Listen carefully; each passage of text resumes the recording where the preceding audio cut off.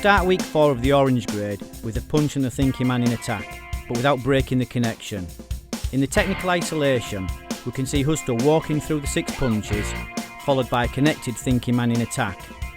This is a real street application that Husto developed as a young boy. He found it to be a very powerful and brutal way of entering. The concept here is that of smash and enter.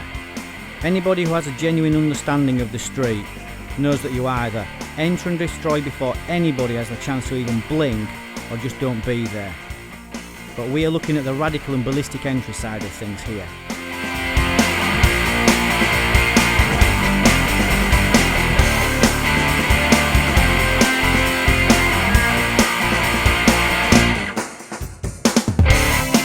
The simple thing here is this: if we are able to make a connection with the punch, why retract it to send it again?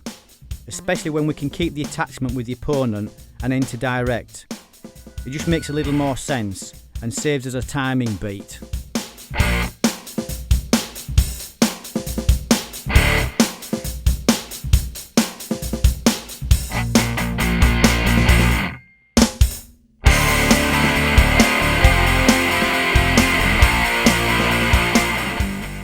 Now we can see Husto add an extra beat by inserting the pensa codo. He uses the punch to attack first, and can you remember how we can play with the emotions that are also attached to the punch? For example, we can use the punch to enter direct, or to try and provoke a response from the opponent. In truth, we don't really care whether the opponent responds or not. We enter regardless, but it's fueled by emotions. Now that we are a few months into the training, it should be a little easier for us all to see just how many of these simple developments really have evolved out of the primal pensador.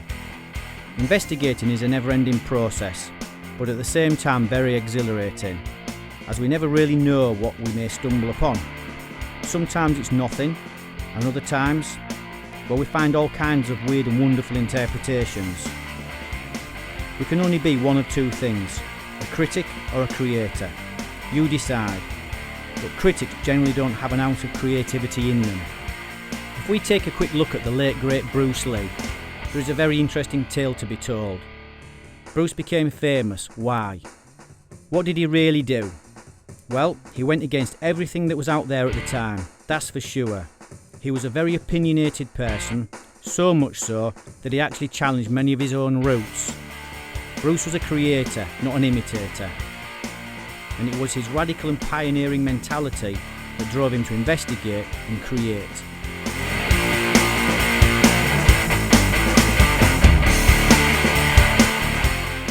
We change the elbow for the knee in this development, but by doing so we create simultaneous attack.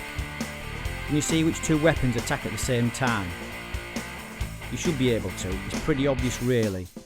But in saying that, it's amazing how many of these simple attacks are not common practice. So what are the two simultaneous attacks? The stomp and the pence attack, obviously. I don't know if you can catch the mentality yet, but if we are going to pick our foot up off the ground, then why not attack as we put it back down again? In essence, everything that we do should have an application to it, no matter how simple. Movement for no reason is exactly that. It has no reason. Yeah, I know. We can start to debate again. Yeah, but what if? We're not interested in the what ifs. Every second of our life is a what if. What we're interested in: can we find a way to destroy anything and everything that moves?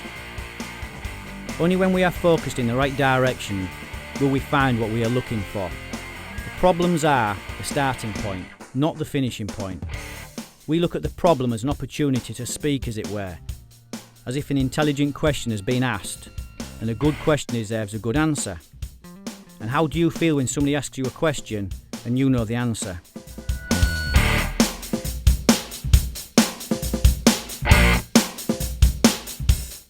Okay, in this section we're going to take a look at the fetal position a little more. We start with the 5 windows and the 3 major placements of this position, which are on our back, on our left side and on our right side. Because the fetal position is such an instinctive thing to do when we are on the ground in a street fight, it warrants a big investigation. There are many things that we already possess in our blood. We just need to learn how to use and develop them a little better. The The funny part about the pensador is how it's become a subject of many critics within the world of martial arts, as if it's a new invention that they don't like. Obviously they have never been involved in any kind of serious street altercation. Here we can see Fernando walking through all 4 levels and developing the technical side of the 5 windows whilst doing so. We need to be fluid in the 4 major levels and understand how we observe our opponents correctly. When we have this down and lift the level of attitude, then it all starts to look pretty cool, and will definitely give us a foundation from which to develop many new and incredible things. Things that we can all discover together on this amazing journey of creative investigation. And don't forget, every time we open a new door and walk into a room, we then need to turn the light on to see what's in there. For example, we need to observe. And in that room, there are always more new doors to open. Hence our process of investigation becomes infinite, meaning that we will only ever have the answers to the questions that we ask.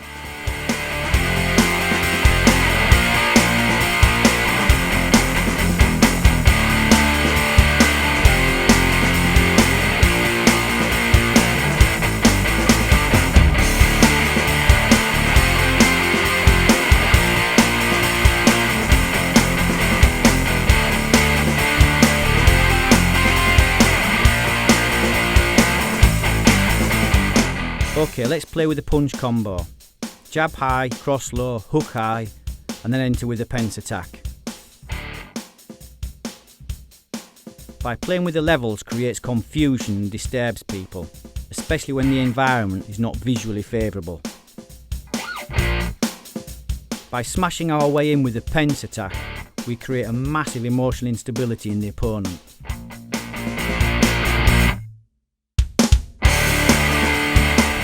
Now we blend the punches and the elbows in combo with the pence attack.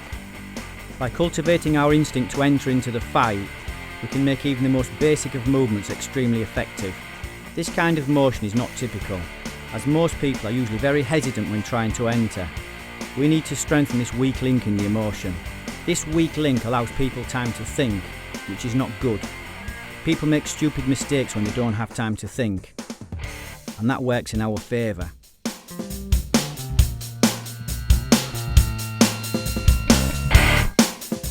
In this isolation, we can see how the knee and the pence attack really complement each other. This creates a simultaneous high-low trauma. It should be kind of obvious now that there are literally hundreds of potential combinations that we can develop with this simple work. But if we can catch only the basics, yet apply it with a dynamic and ballistic mentality, then it's more than enough for now. Now let's watch as Ruben, attacking, and Fernando move this work into the one opponent section. In this class, we're actually looking to develop the 4th level, lying on the ground, which completes the cycle of the 4 major levels. Notice how Ruben adds the stomp into his attack.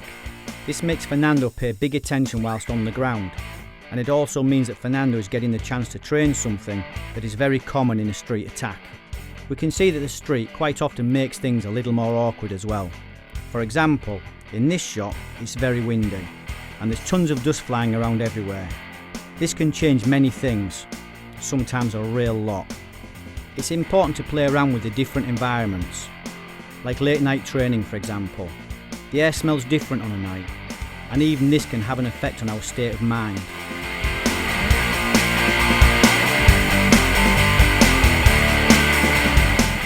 In this next section, Fernando continues with the same work, plus the addition of the takedown and all the other work we've been carrying with us. Look how Fernando hits control 1 and then attacks as he's leaving.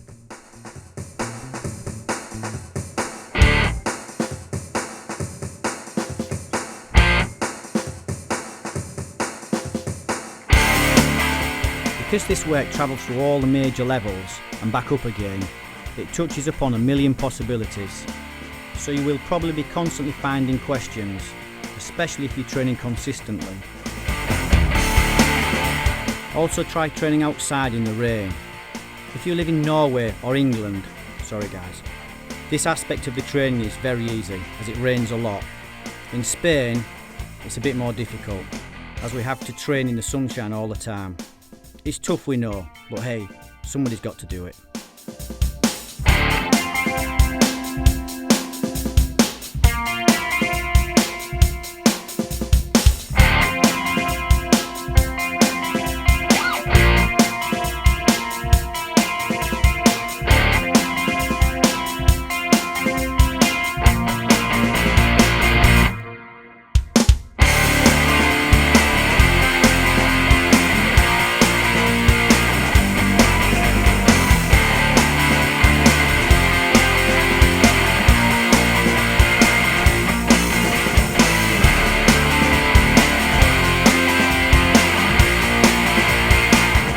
From now on, we should always have the 4 major levels in play. We may not use them in every training exercise, but they should now be a part of our everyday training. They must always be a consideration when we are looking to develop a new piece of information.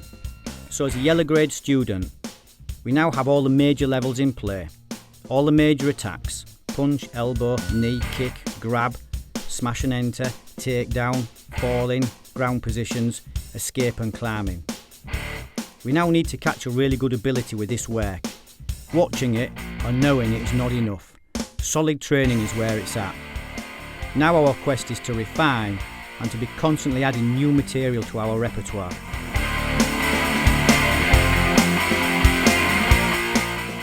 There is a little story behind this shot. Whilst in the middle of filming this, I just happened to hear a load of squealing car tyres right behind me, and clearly this caught my attention very quickly. As I turned to see what the heck was going on, I saw a number of law enforcement cars pulling up around us, and several officers jumping out of each of the cars. They were all screaming and shouting at us in Spanish, obviously, and they were all armed. It was kind of obvious that they thought we were some kind of drug dealing bad boys, and that we were trying to smash somebody up. Upon calming the whole situation down, we found out that several of the cars that had passed by earlier whilst we were filming had reported what they thought to be a violent gang attack, with some loony stood by who looked like he was filming it all.